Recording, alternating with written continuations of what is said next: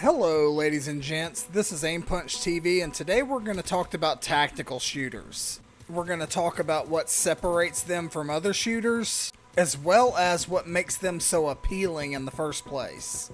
First, we're going to talk about what makes a tactical shooter a tactical shooter.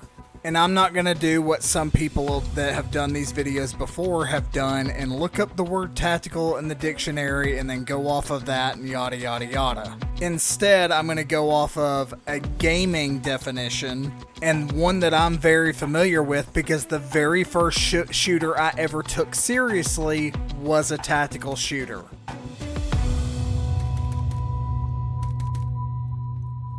The year is 1998. A small dev company founded by the novelist Tom Clancy himself, called Red Storm Entertainment, created a game called Tom Clancy's Rainbow Six, and it released on all major platforms. And to this day, this game is still considered the first actual tactical first-person shooter ever made. And this was in contrast to other games that were already out in the first-person genre that had a very arcadey, fast-paced run-and-gun style like Unreal Tournament or Quake 3 Arena. This game was different. It required slow, methodical movement, and the order in which you took down your enemies or scaled a level determined whether you were going to be successful in completing it or not. You had to think tactically and plan out the entire mission and your next move before ever even taking it. This, in core essence, is what makes tactical first-person shooters tactical. Most true essence tactical FPS games are single-player or cooperative multiplayer. They aren't player versus player, and there's a reason for that. Without using AI as enemy opponents, you can't control the pace in which the round takes place. Because of course, actual players are going to get impatient and push when they shouldn't push. So it takes the tactical and methodical elements out of the gameplay by adding player versus player. And that's not to say that there aren't tactical multiplayer FPS games, because there are. But we aren't going to focus on those in these videos. We're going to focus on the games that stay true to the core essence tactical FPS definition. So these games are going to be either completely single player or cooperative multiplayer only. But what makes these games so appealing in the first place? Why do some FPS players enjoy these games more than they enjoy the fast-paced arcadey run-and-gun type shooters?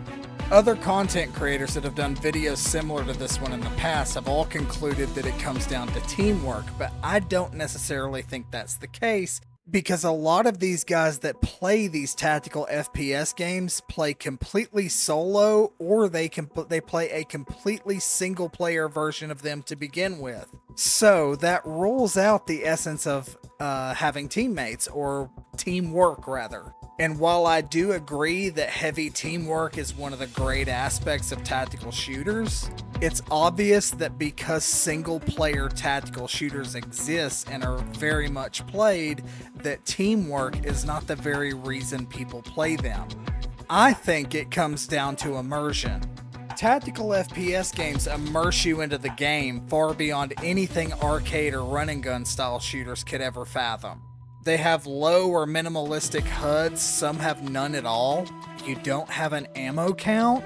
Your screen doesn't light up red around you with an arrow showing where you're being shot from. So these style of games do a very good job of making you feel like you're actually there while playing the game. And most people that enjoy tactical first-person shooters are there for that extra oomph and realism factor. I think it also has a lot to do with the pace of the game. For the most part, you can conclude that tactical shooters are slow but steady, but it's not always that way.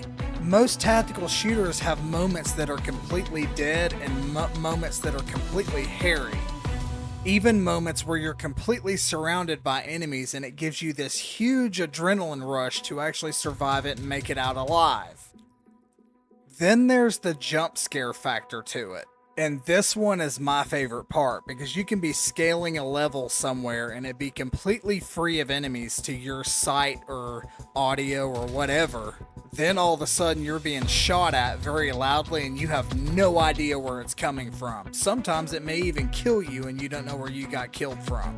Only then does it really make a difference whether you have an effective team or not. And yes, having effective teammates or teammates at all that work coherently together can make or break a great immersive feel in a tactical shooter.